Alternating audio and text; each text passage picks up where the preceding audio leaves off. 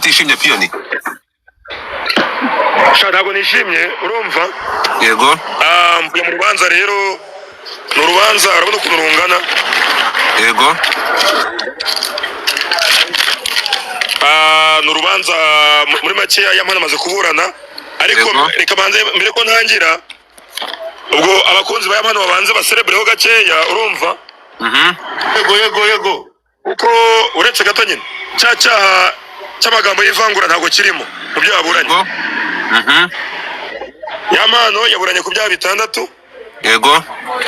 Icyo gukomeretsa ku bushake, gukoresha ibikangisho, kwangiza ikintu cy'undi, ubwinjiracyaha cy'ubwicanyi, ndetse kunyura urumogi n'ifungirana ry'umuntu bitemewe n'amategeko.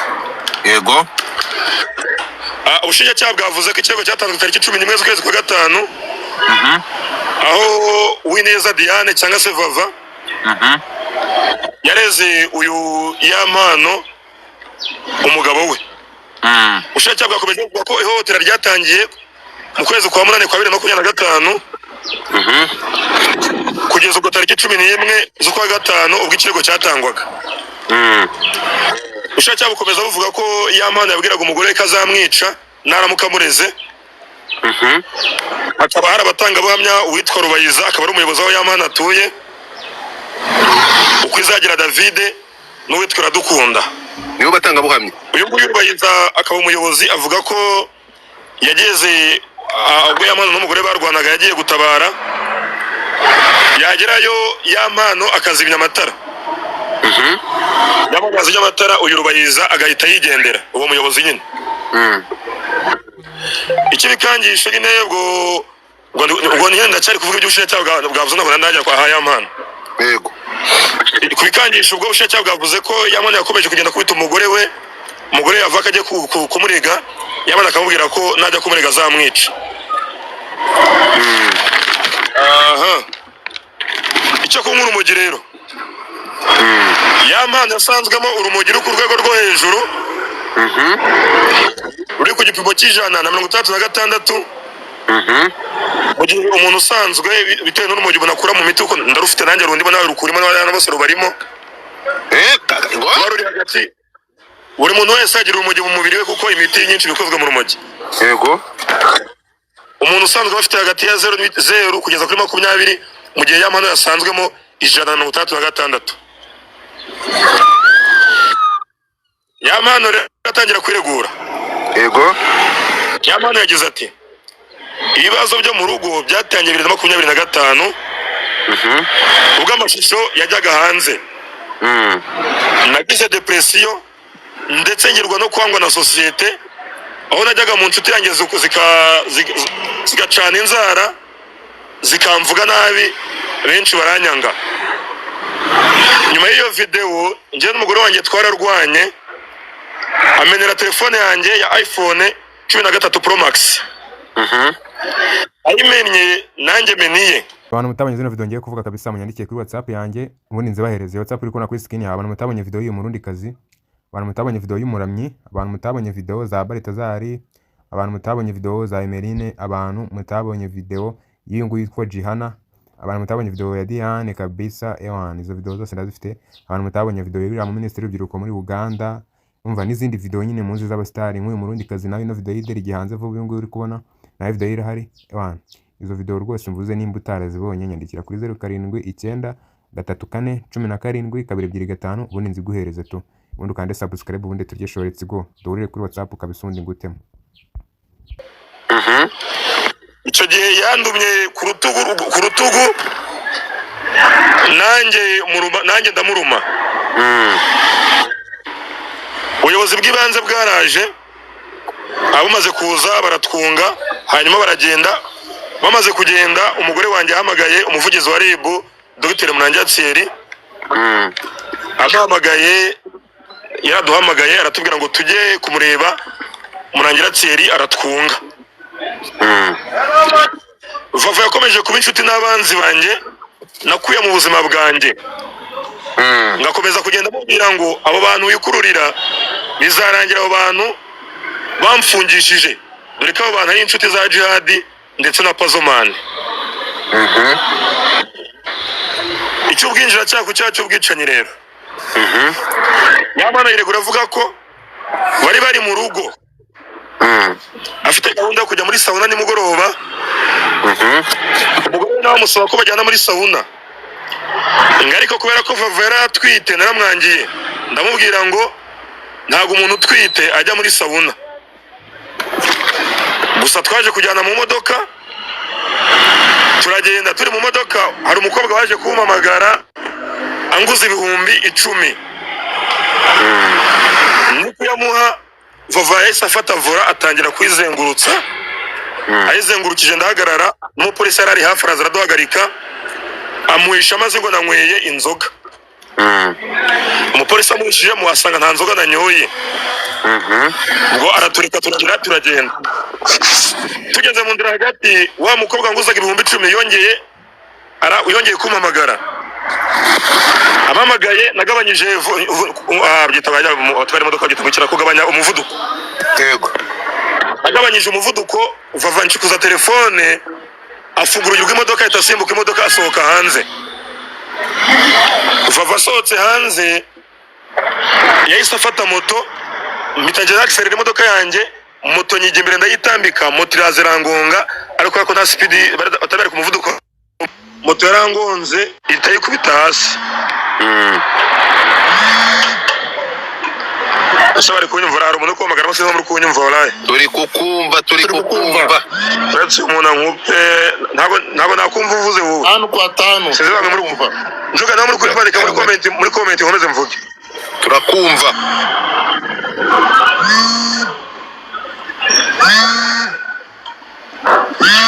andika muri comment umva ndabandi okay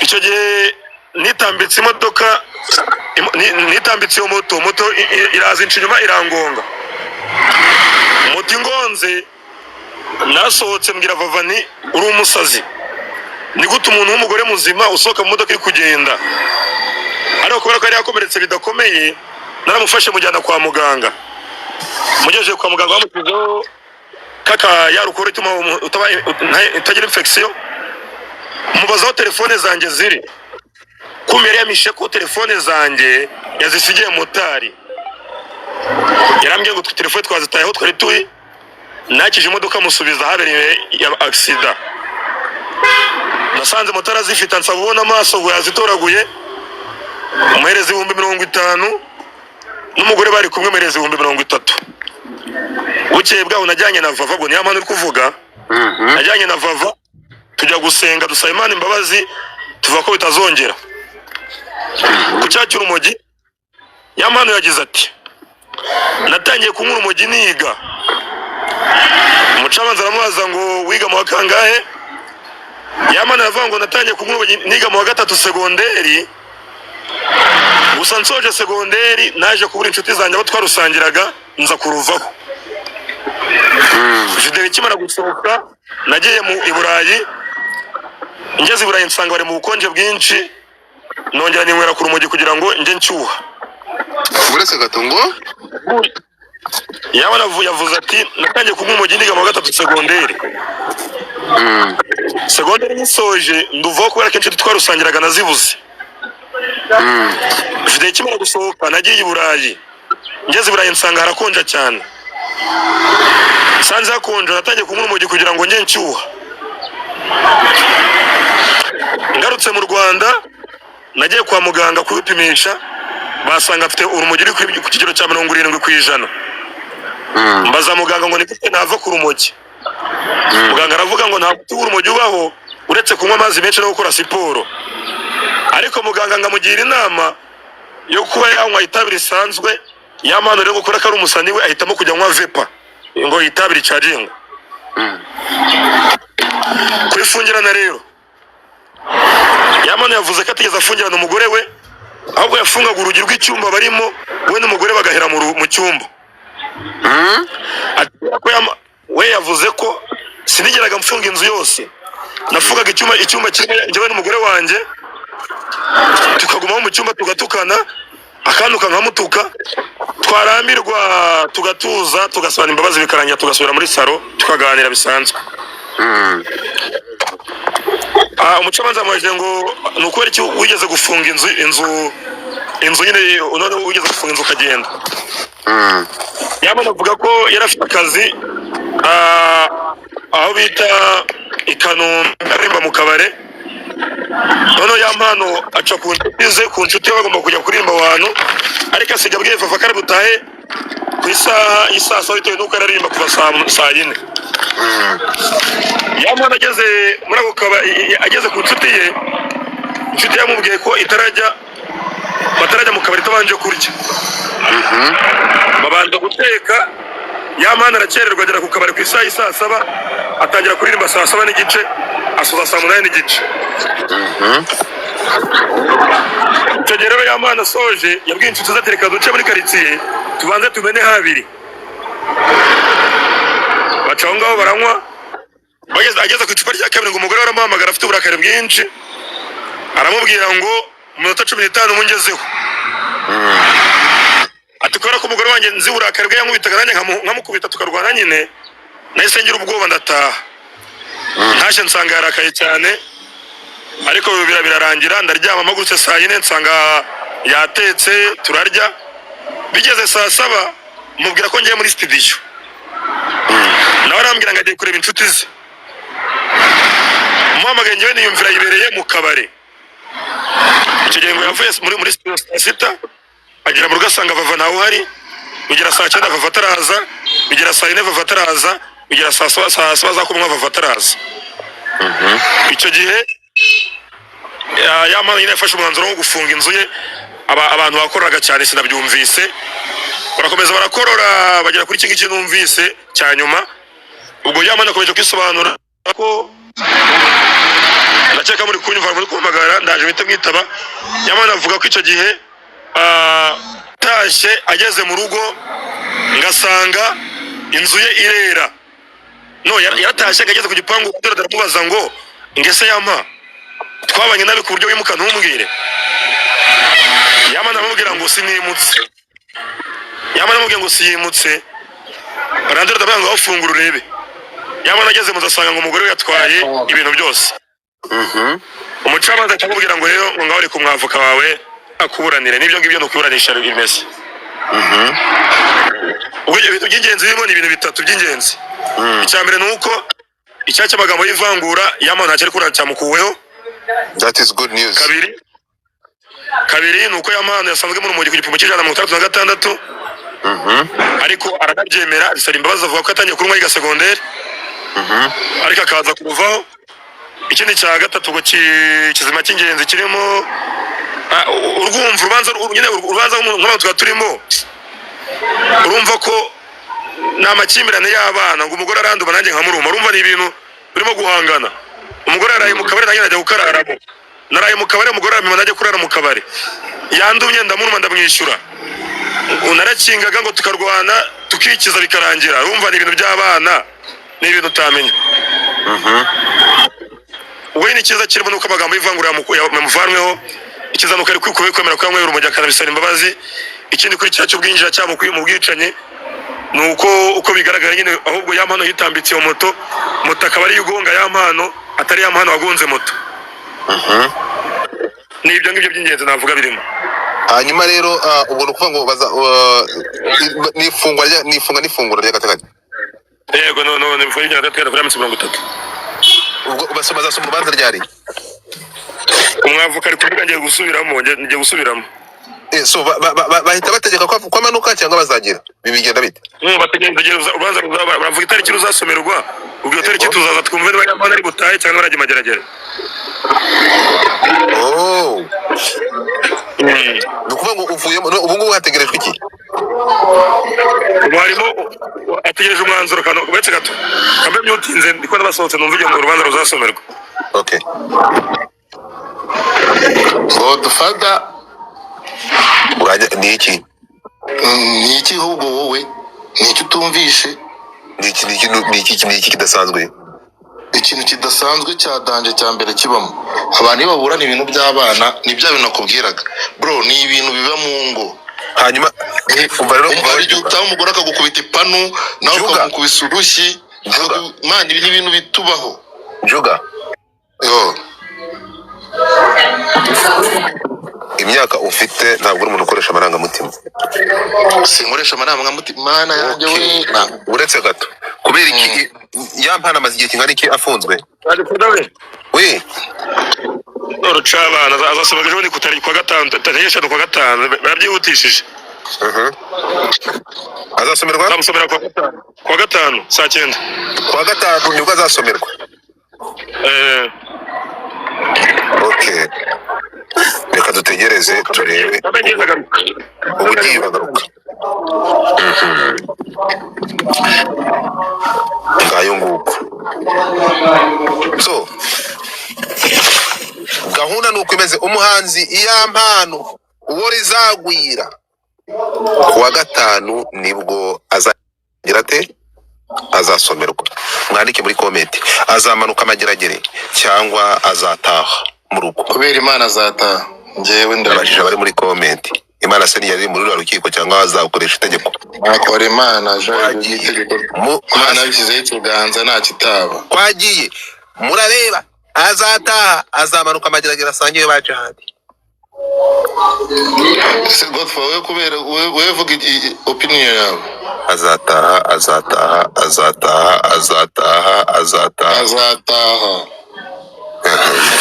So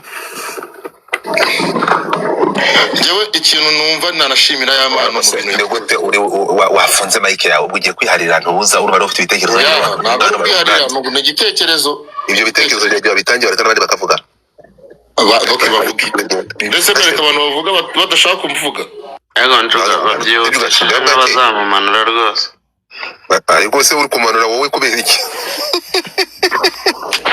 ariko abantu bamura abahetazi stop jewe ka ahangaha niko bavuze waruvuze ngo iki waruvuze ngo ntabwo ngiye ntanga opinion iki je uburyo nkoramo inkuru njuga urimo kumva urabona uburyo ibi ngibi so it's like my audience nukubabwira ibiriho that's all I do. Jewe nyine ibiriho kuki niba uvuga ibiriho uvuga kubyo wumvishe Pion kamaze gusesengura yemeye icyaha cyuko ndega amatwi yamweye urumogi akiga agira rusubiraho ajya ntanarongera rumwa mu rwego rwo kuruvaho yinywera vape sibyo anabisabira imbabazi rero nkubaze se hanyuma itegeko rivuga iki kuri ibyo ngibyo iyo bigenze gutyo uramutse ubyemeye unabisabira imbabazi nibo bafata umwanzuro bagufunga cyangwa kujyana muri rehab nibo bagira bate mpamvu nakubwiye ngo uretse gato bagufunga cyangwa bakujyana muri rehab wowe biterwa n'ibyo usabye unabyemera kubivaho wowe ubyemera kubivaho kuki utajya gukora rehabilitation ukava muri rehab ukavamo wamenye ubwenge ibyo umwanzuro uzafatwa nande ntagatwe abantu tuwufata ariko n'ababyumva niba banawufata bamurenganure rwose umuhungu ayigemo y'ukwezi shareka nkubwize ukuri Godfather ngiye Imana ibintu biboro byambabaje nukuri kw'Imana reka nkubwire ikintu ngomba gusobanukirwa igihe cyose jewe nakubwiye ngo igihe cyose muzajya muza mugakoresha amarangamutima gutya of course nukuvuga ngo kugeza aya masaha njuga ukanyuraje ukoresheje ngo yampano narenganurwe ariko kuva icyo kintu so urumva wafashe wuzura amarangamutima yampano arenganurwe egare harenganurwa umuntu uri kurenganywa so biroroshye cyane simple biroroshye ngiye kuvuga ngo ngiye ubundi objective na purpose yanjye that's why you see abantu kuza kumva exactly what is going on the breaking news umuntu ari hariya direct. That's why you see like abantu 1900 they are here bateza amatwi kumenya exactly abenshi n'abantu abakunzi ba yampano icyo nkora n'ubwiriza abantu amakuru ku gihe. So here's the thing, yampano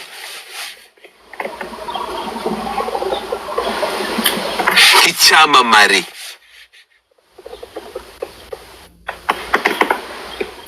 mukoraho inkuru ntaciye ku ruhande cyangwa nafashe side. We nk'umukunzi we ushaka kugira ngo nambare inkweto zawe ntabwo ariko bimeze. Mba hagati, ntabwo iyo utangaza inkuru ufata side. ariko kuko wowe Njuga ushaka kugira ngo nze mu marangamutima nk'ayo ufite, uragira ngo tuze dukore korale y'amarangamutima yo disafungurwe. Urabona that is not good. Gusubiza muri aya magambo urukunyumva, iyo mbaje urambwa ati God Father, wo opinion yawe niye kuri ibi bintu, ngusubiza mu magambo avuga ngo ibi nabikoresheje kuri case ya Titi Brown reba imyaka ishize, uyu munsi ndi kubikoresha. Ngiye gusubiza muri aya magambo kandi ntabwo ndahindura statement since kuva ku munota wa mbere ndavuga ngo nizera ubutabera. Urimo kunyumva? We trust ubutabera bwacu. So icyo mvuga ni iki, mureke dutegereze ubutabera bukore akazi kabwo. Nibasanga ibyaha bimuhama, turi kumwe, agenda biryozwe. Nibasanga ibyaha bitamuhama, yongaruke muri society. Hello, aho niho ntandukaniye n'abandi bose. Aho umwe akaza akavuga ati yo disi oya ntamanuke narekurwe, Njuga akaza yuzuye amarangamutima narenganurwe, yuko ariko nkora. Hakaza undi, ni ukuvuga ngo ahangaha hashobora kuza undi akavuga ati no, uwo bafitanye ikibazo ni inshuti yanjye, yaramuhohoteye disi, yari yaramwishe, ukatsindwa nawe n'umuntu, nibafunga amaheru. So ntabwo izo kote rero ngiye nzijyaho. Ngiyewe iyo byamaze kugera nkanga nk'umuntu uri gutanga inkuru, mba netre nkajya hagati, nkagera nkisha inyuma y'itegeko, nkavuga ngo itegeko rikora akazi karyo. Nibasanga ibyaha bitamuhama, turamuwelcominga muri community, muri society, agaruke tubane nawe. Nibyaha nibimuhama akaba yarakoze ibyo byaha itegeko ribimuhamije, bafunga ubuzire. Ahangaha niho rero ntajya numvikana namwe mukumva ko nifuriza ngo umuntu afungwe. Aho niho yo guys bimeze bite ewana. Ushobora kuba uri umukobwa umva urambiwe gukoresha inzara bagukorera zigatazomuka mu cyumweru kimwe. Rero umva hano hari umuhungu witwa Ibra Nails artist kabisa, kuri hano mu Gisimenti. Reba inzara akora zimeze neza, inzara z'abasirimu, inzara wajyana ahantu hose kabisa. Uko uri kubona muri iyo video, umva nimero niyo ngiri kuri screen yawe. Niwe niba ushaka kumwandikira bamuhamagara cyangwa kumwandikira kuri WhatsApp, aragukorera inzara zimeze neza, uzanshimire nyuma kabisa. Bamwita Ibra Nails artist, nimero 0784 462 42 002 mwandikire cyangwa umuhamagare, ubundi agukorera inzara nziza, pana bimwe bagukorera bigahita byomoka. Let's go.